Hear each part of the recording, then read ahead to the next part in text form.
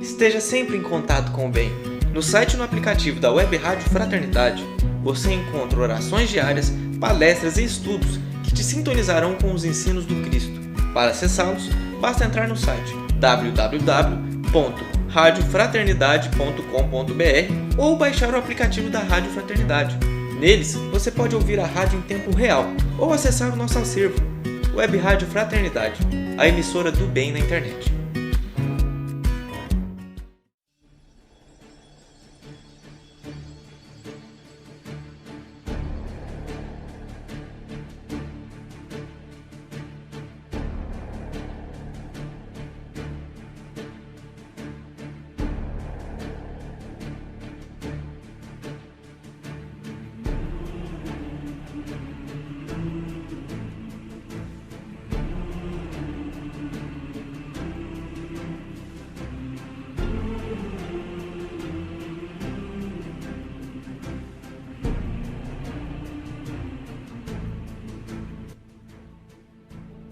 Agora você vai ouvir o programa Lendo e Aprendendo com André Luiz. Hoje estudaremos o livro Missionários da Luz, psicografado por Francisco Cândido Xavier, de autoria do espírito André Luiz.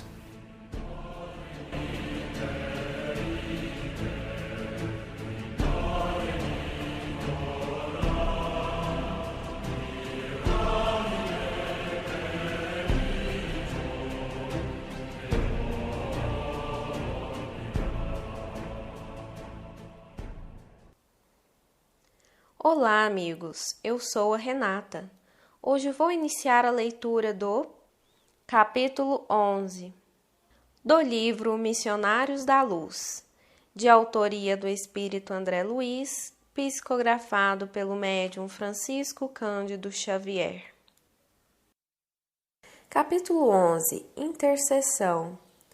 Certa noite, finda a dissertação que Alexandre consagrava aos companheiros terrenos, meu orientador foi procurado por duas senhoras que foram conduzidas em condições especialíssimas àquele curso adiantado de esclarecimentos, porquanto eram criaturas que ainda se encontravam presas aos veículos de carne e que procuravam o instrutor temporariamente desligadas do corpo por influência do sono. A mais velha, evidentemente, espírito mais elevado, pelas expressões de luz de que se via rodeada, parecia muito conhecida e estimada de Alexandre, que a recebeu com indisfarçáveis demonstrações de carinho. A outra, porém, envolvida em um círculo escuro, trazia o semblante lacrimoso e angustiado. « Oh, meu amigo! » exclamou a entidade mais simpática, dirigindo-se ao benévolo orientador, depois das primeiras saudações. « Trago-lhe minha prima Esther, que perdeu o esposo em dolorosas circunstâncias. » E enquanto a senhora indicada enxugava os olhos em silêncio, acabrunhadíssima, a outra continuava: Alexandre, conheço a elevação e a urgência de seus serviços. Entretanto, ouso pedir a sua ajuda para os nossos pesares terrestres. Se houver absurdo em nossa rogativa, desculpe-nos com o seu coração clarividente e bondoso. Somos mulheres humanas. Perdoe-nos, pois, se batemos à sua porta de benfeitor para atender a problemas tristes. Etelvina, minha amiga, falou o instrutor com entonação de ternura. Em toda parte a dor sincera é digna de amparo. Se há sofrimentos na carne, existem eles também aqui, onde nos encontramos sem os despojos grosseiros, e em todos os lugares devemos estar prontos à cooperação legítima. Diga, portanto, o que desejam e ponham-se à vontade. Ambas as senhoras demonstraram aliviadas e passaram a conversar calmamente. Etelvina, satisfeita, apresentou então a companheira, que começou a relatar seu doloroso romance. Casara-se fazia 12 anos, com o segundo noivo, que o destino lhe reservara, esclarecendo que o primeiro, ao qual amara muito, suicidara-se em circunstâncias misteriosas. A princípio, preocupara-se intensamente com a atitude de Noé, no primeiro noivo bem-amado de seu coração. Todavia, o devotamento de Raul, o esposo que o céu lhe enviara, conseguira desfazer-lhe as mágoas do passado, edificando-lhe a ventura conjugal com amoroso entendimento. Haviam recebido 3 filhinhos da providência divina e viviam em harmonia completa. Raul, conquanto melancólico, era dedicado e fiel. Quantas vezes desejara ela balsamizar-lhe em vão as chagas recônditas. O companheiro, todavia, nunca se lhe revelara plenamente. Apesar disso, a existência corria-lhe venturosa e calma, no santuário da mútua compreensão. Não obstante, porém, viverem para o desenvolvimento das sagradas obrigações domésticas, apareceram inimigos ocultos que lhes haviam subtraído a felicidade. Raul fora assassinado inexplicavelmente. Amigos anônimos reconheceram-lhe o cadáver na via pública, trazendo-lhe à casa a terrível surpresa. Tinha ele o coração varado por um tiro de revólver, que, embora encontrado junto ao corpo enxangue, não lhe pertencia. Que mistério envolveria o hediondo crime? Diversos populares e policiais acreditavam tratar-se de suicídio, tanto assim que todas as diligências da justiça criminal se encontraram interrompidas. Entretanto, em sua convicção de mulher, admitia o assassínio. Que motivos conduziriam um homem probo e trabalhador ao suicídio sem causa? Por que se mataria Raul quando tudo lhe era favorável relativamente ao futuro? Inegavelmente, seus recursos financeiros não eram extensos, mas sabiam equilibrar com decência a despesa doméstica e a receita comum. Não, o companheiro, a seu parecer, teria partido da crosta por imposição de tenebroso crime. Todavia, em sua generosidade feminina, Esther em lágrimas não desejava positivar a culpabilidade de ninguém, não desejava vingar-se e sim acalmar o coração em desalento. Seria possível, por intermédio de Alexandre, sonhar com um companheiro no sentido de obter-lhe as notícias diretas e fazer-lhe sentir o carinhoso interesse do lar? Em vista dos filhos pequenos e de 2 velhos tios que estavam dependentes de seus préstimos, a angustiada viúva encontrava-se em péssimas condições financeiras, na viuvez inesperada.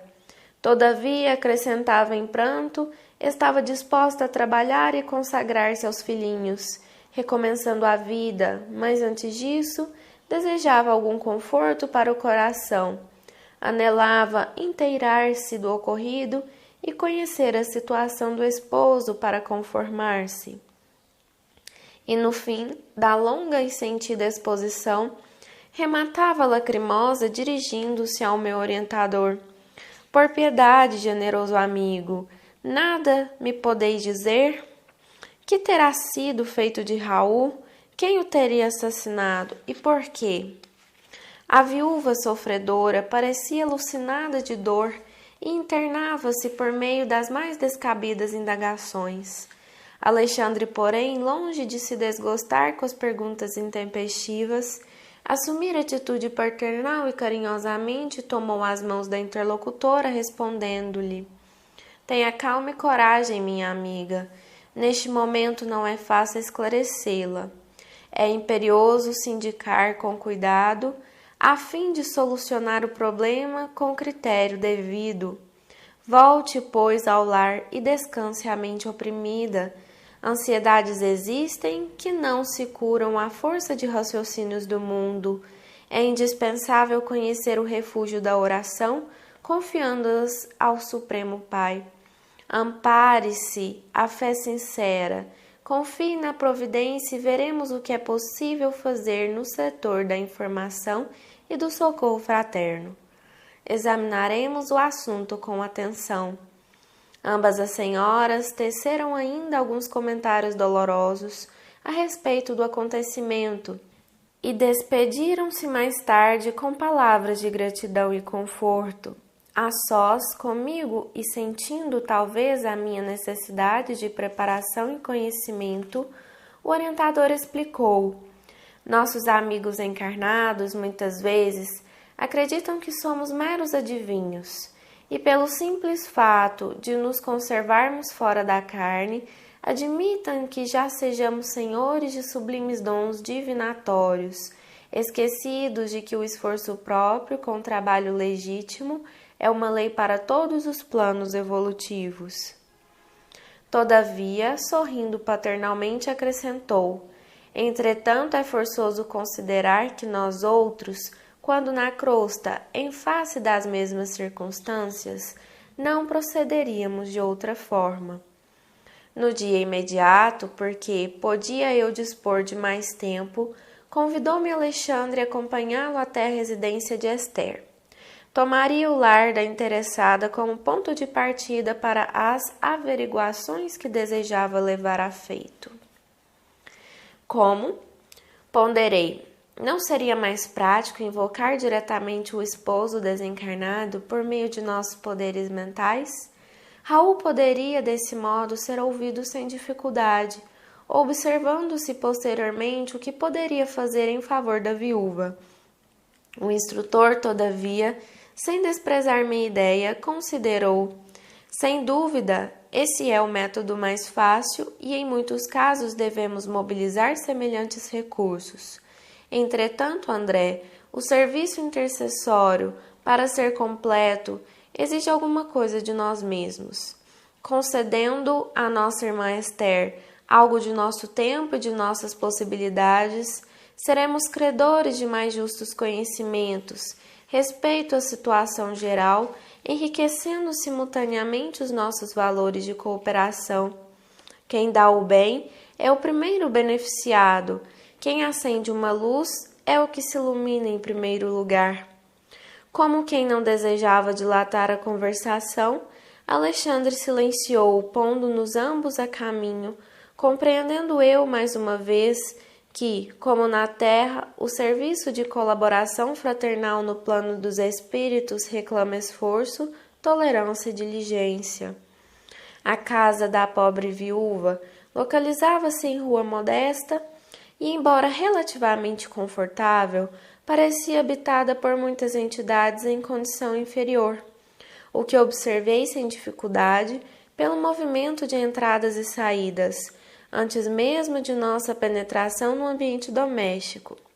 Entramos sem que os desencarnados infelizmente nos identificassem a presença, em virtude do baixo padrão vibratório que lhes caracterizava as percepções. O quadro, porém, era doloroso de ver-se. A família, constituída da viúva, 3 filhos e um casal de velhos, permanecia à mesa de refeições num almoço muito simples. Entretanto, um fato até então inédito para mim feriu-me a observação. 6 entidades envolvidas em círculos escuros acompanhavam-nos ao repasto, como se estivessem tomando alimentos por absorção. Oh, meu Deus! Exclamei aturdido, dirigindo-me ao instrutor. Será crível desencarnados à mesa? Alexandre replicou tranquilo: meu amigo, os quadros de viciação mental, ignorância e sofrimento nos lares sem equilíbrio religioso são muito grandes. Onde não existe organização espiritual, não há defesas da paz de espírito. Isso é intuitivo para todos os que estimem o reto pensamento. Após ligeira pausa, em que fixava compadecido a paisagem interior, prosseguiu: os que desencarnam em condições de excessivo apego aos que deixaram na crosta, neles encontrando as mesmas algemas, quase sempre se mantêm ligados à casa, às situações domésticas e aos fluidos vitais da família. Alimentam-se com a parentela e dormem nos mesmos aposentos onde se desligaram do corpo físico, mas chegam a se alimentar de fato utilizando os mesmos acepipes de outro tempo? Indaguei espantado ao ver a satisfação das entidades congregadas ali, absorvendo gostosamente as emanações dos pratos fumegantes. Alexandre sorriu e acrescentou: tanta admiração somente por vê-los tomando alimentos pelas narinas? E nós outros? Desconhece você, porventura, que o próprio homem encarnado recebe mais de 60% da alimentação comum por meio de princípios atmosféricos captados pelos condutos respiratórios? Você não ignora também que as substâncias cozidas ao fogo sofrem profunda desintegração. Ora, os nossos irmãos viciados nas sensações fisiológicas encontram nos elementos desintegrados o mesmo sabor que experimentavam quando em uso do envoltório carnal. Interrompo aqui a leitura deste capítulo. Retomamos no próximo programa. Obrigada. Muito bem, amigos e amigas ouvintes, vamos dar continuidade ao nosso estudo do livro Missionários da Luz. A Renata leu para nós a parte que nos interessa no programa de hoje. Nós estamos iniciando o estudo do capítulo 11, Intercessão. E anteriormente, nos encontros anteriores, nós tratamos do capítulo 10, Materialização, para o qual foram necessários 3 encontros para que pudéssemos estudar o conteúdo, analisar o contexto, enfim, conhecer questões diversas a respeito do assunto. Naquele capítulo, no capítulo 10, André Luiz foca a questão da materialização quando ele, orientado pelo Alexandre, se faz presente numa reunião de materialização e observa tudo aquilo que compõe a reunião, tanto em sua versão material quanto em sua versão espiritual, e observando todos os comportamentos, todos os acontecimentos, enfim, espíritos envolvidos no processo. Um capítulo bastante interessante com muitas informações. No capítulo de hoje, nós vamos encontrar o André Luiz assistindo a uma exposição do Alexandre, onde ele apresenta diversos assuntos a médiuns encarnados que se apresentam para ele nos momentos de desdobramento, ou seja, seus corpos físicos estão dormindo em suas casas, e esses médiuns, em sua condição de parcialmente libertos pelo sono, se apresentam na condição de espíritos e aprendem orientações dadas pelo Alexandre.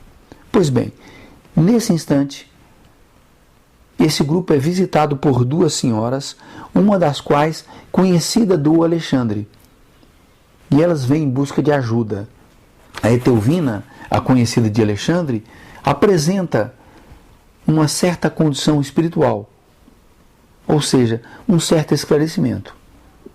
É bom lembrarmos que as duas, tanto a Etelvina, a amiga do Alexandre, como a Esther, prima da Etelvina, que vem ali em busca de ajuda, são espíritos encarnados, que estão em desdobramento, apresentando-se para o Alexandre. A Etelvina fala em nome das duas e se dirige ao Alexandre pedindo ajuda, inclusive desculpando-se pelo fato de incomodá-lo. A questão é que a Esther perdera o esposo, só que, pelo relato que o André Luiz nos traz, nós perceberemos que em circunstâncias muito trágicas. E cabe a Etelvina apresentar o problema. Afirma a Etelvina que Esther havia se casado com o segundo noivo, cujo nome era Raul. O primeiro noivo, cujo nome era Noé, havia se matado em circunstâncias muito estranhas. E ela o amava muito. Mas acabou simpatizando-se com Raul, acabaram se entendendo e ela casou-se com ele. Ela observava que Raul era um tanto quanto melancólico, mas que isso não atrapalhava a união dos dois. E ela convivia com isso, com essa melancolia do Raul, mesmo não podendo ajudá-lo. Mas de repente um dia encontraram em plena rua o Raul assassinado. Eles levaram um tiro no coração. Muitos, inclusive a polícia, afirmavam que o Raul havia se matado. Mas ela sabia, tinha convicção, a Esther, de que o Raul fora morto. A Esther, então, prima da Etelvina, a procurara em busca de ajuda. Porque ela queria uma explicação do que acontecera. Ela não estava satisfeita com a dúvida entre a possibilidade do suicídio e o assassinato. Como esclarece Etelvina, o desejo da Esther não era em busca da vingança, mas apenas serenar suas dúvidas e angústias para que pudesse trabalhar, mesmo porque o Raul a deixara com filhos pequenos e 2 velhos tios que moravam com ela, ou seja, todos dependiam dela, e ela precisaria então trabalhar para se dedicar à manutenção dessas pessoas. O que ela queria era esclarecer. Então, a Etelvina pede a ele que, diante da sua condição espiritual elevada, ou seja, pede ao Alexandre que, diante de sua condição elevada, pudesse ele esclarecê-las para que elas pudessem dar continuidade às suas vidas. Etelvina se desculpa muito, mas o Alexandre esclarece que dúvidas dessa espécie, angústias dessa espécie, são muito justas, que as pessoas procurem algum esclarecimento. Mas, contudo, ele não sabia de tudo. Ou seja, mesmo na condição espiritual de Alexandre, ele não conhece tudo. E ele então precisaria investigar para poder, logo em seguida, esclarecer a Esther e a Etelvina do que havia acontecido com o Raul. Depois de um tempo batendo um papo, elas voltam para os seus corpos físicos, ou seja, voltam para as suas vidas habituais, aguardando que o Alexandre cumpra a sua promessa. Logo que elas saem, o Alexandre esclarece que muitas vezes alguns encarnados acreditam que espíritos são como espécies de adivinhos e que podem simplesmente responder toda e qualquer coisa. E isso acontece conosco mesmo. Quantas vezes nós, diante de uma situação angustiante, diante de uma situação de difícil solução, nós pedimos a ajuda dos espíritos para que possam nos ajudar, nos esclarecer, dirimir dúvidas. E o Alexandre até mesmo, após se manifestar para o André Luiz a respeito de que muitos encarnados acham os espíritos como se fossem adivinhos, ele diz que é lícito que as pessoas em situações semelhantes a essa procurem por justificativas. E que certamente ele mesmo, em situação semelhante, poderia pedir esse socorro. Terminada essa tarefa, que acontece às noites em uma instituição espírita, prolongando-se pela madrugada, no dia seguinte, André Luiz encontra-se com Alexandre. E é uma observação muito interessante dele. O André Luiz fala que porque podia eu dispor de mais tempo, nós não podemos esquecer que o André Luiz tem as suas tarefas em nosso lar. Que ele então, antes que o Alexandre o convidasse, o André Luiz tinha o seu trabalho, mas que naquele dia especialmente ele podia se ausentar. Então ele saiu de nosso lar e foi à terra e encontrou com o Alexandre. E o Alexandre disse: olha, vamos à casa da Esther para verificarmos o que aconteceu. Aí o André Luiz se assusta, fala a ele: Alexandre, não é muito mais simples convocarmos o Raul mentalmente e ele nos esclareceria o que aconteceu? E o Alexandre esclarece: sim, seria muito mais simples, mas acontece que nós precisamos conhecer as circunstâncias que envolviam. Ou seja, se o Alexandre ouvisse apenas o Raul, ele ouviria apenas a versão do Raul, deixando de conhecer as circunstâncias em que vivia o Raul e que agora vive a Esther, seus filhos e os 2 tios. Ou seja, o Alexandre conclui que a presença deles na casa da Esther é importantíssima. É preciso conhecer o contexto. E lá vão eles caminhando até que chegam à casa da viúva, localizada, como diz o André Luiz, em uma rua modesta, embora a casa fosse relativamente confortável. Na medida em que eles se aproximam da porta, eles observam que diversos espíritos de condição inferior estão transitando entre entradas e saídas naquela casa. E nem notam a presença do André Luiz e do Alexandre, de tão reduzida que é a condição espiritual dessas entidades que convivem naquele lar. Lá entrando, eles encontram então a Esther, 3 filhos e um casal de idosos à mesa, almoçando. Só que o André Luiz observa que além dos encarnados que eles se encontram, também algumas entidades desencarnadas estão em volta da mesa. E entidades desencarnadas de condição inferior. E eles estão em volta da mesa aproveitando o que podem aproveitar do almoço. Percebam bem, era como se estivessem eles almoçando. Mas como eles não conseguem interagir diretamente com a matéria do alimento, ou seja, eles não conseguem pegar com as mãos e levar às suas bocas perispirituais os alimentos que estão ali, visto que a matéria dos seus corpos perispirituais não interage diretamente com a matéria de nosso mundo material, eles não interagem com a matéria. Eles não conseguem tocar o alimento e levá-lo à boca. Mas eles conseguem usufruir do alimento de forma diferente. Diante do susto do André Luiz vendo desencarnados à mesa, aproveitando de alguma forma do alimento, o Alexandre esclarece que são quadros de viciação mental, que aqueles espíritos que estão ali à mesa ainda acreditam-se necessitados de utilizar do alimento, de estar à mesa e de fazer uso do alimento para a satisfação das suas necessidades energéticas. É uma situação de viciação mental. Acreditam eles que eles têm necessidade de ir à mesa e alimentar-se. Logo em seguida, nós acompanhamos uma explicação do Alexandre muito importante, que eu vou até dar uma relida. Diz o Alexandre: os que desencarnam em condições de excessivo apego aos que deixaram na crosta, neles encontrando as mesmas algemas, quase sempre se mantêm ligados à casa, às situações domésticas e aos fluidos vitais da família. Alimentam-se com a parentela e dormem nos mesmos aposentos onde se desligaram do corpo físico.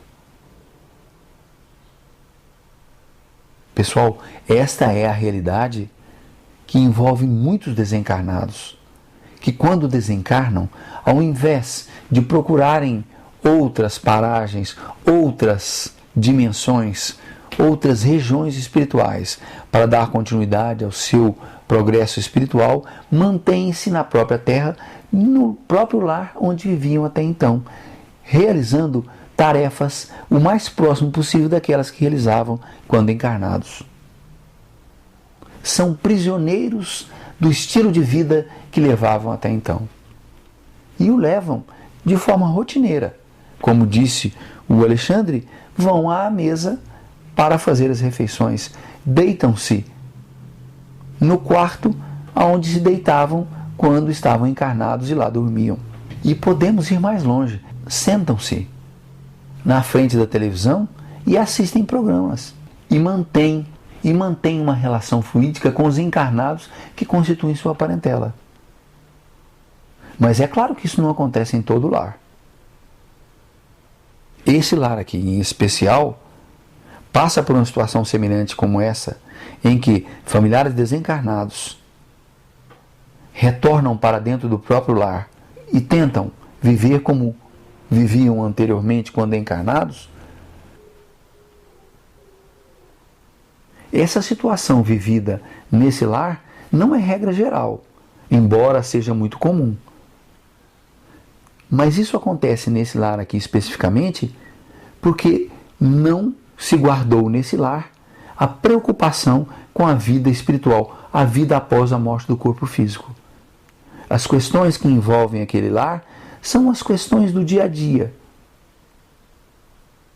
São as questões materiais, as questões das sensações, das emoções mais instintivas possíveis. Não é, no dizer do Alexandre, um lar que se preocupe com a elevação espiritual, com a mensagem de Jesus. Não se preocupa com o futuro, mas apenas com o presente e apenas com o dia a dia. É óbvio que nos lares espiritualizados, os familiares, quando desencarnam, mesmo que não sejam tão espiritualizados assim, não se mantêm dentro daquele lar. São resgatados e levados para o mundo espiritual, ou, quando em condições muito inferiores, não conseguem conviver dentro daquele lar, porque as luzes que se fazem ali presentes lhes desagradam. E eles vão então buscar outras opções de vida. A outra preocupação do André Luiz, e muito interessante, é como é que eles se alimentam estando desencarnados. Nós já observamos aqui que o espírito, o corpo espiritual ou perispírito, não consegue interagir com a matéria do nosso mundo físico. Elas estão em situação bastante distinta, tanto falando dimensionalmente, quanto também da própria estrutura material do perispírito. Sim, porque o perispírito é matéria, embora uma matéria, no dizer dos espíritos, quintessenciada. Uma matéria em condição diferenciada da matéria que nós conhecemos no mundo à nossa volta. Mas a matéria perispiritual não interage com a nossa matéria, com a matéria de nosso mundo. E por isso mesmo não se interage com o alimento. Mas, como o André Luiz esclarece, eles se alimentam através das narinas, absorvem aquilo que é possível absorver do alimento através das narinas. E o Alexandre, inclusive, chega a dizer que esses companheiros viciados ainda nas sensações orgânicas, nas sensações do corpo físico, eles encontram os elementos desintegrados pelo cozimento, aquelas sensações que sentiam quando se alimentavam e estavam encarnados. Então, o que esses desencarnados procuram à mesa é o alimento vaporizado, é o gás que se desprende do alimento. Lembramos que a matéria terrena é constituída de líquidos sólidos, plasma, um quarto estado da matéria recentemente descoberto, e o gás. Os vapores que desprendem-se dos alimentos, que foram levados ao cozimento e que, portanto, constituem gases, são esses que esses espíritos desencarnados estão procurando. Muito bem, pessoal, no próximo encontro nós vamos dar continuidade ao estudo desse capítulo. Até lá!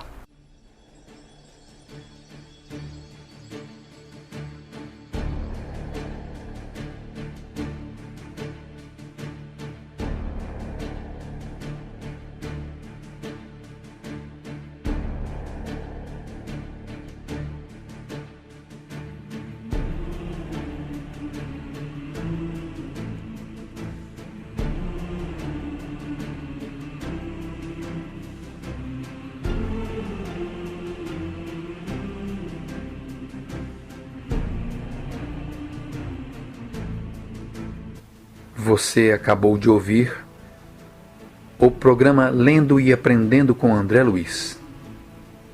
Hoje estudamos o livro Missionários da Luz. Acompanhe conosco a continuação desse estudo no próximo programa. Até lá!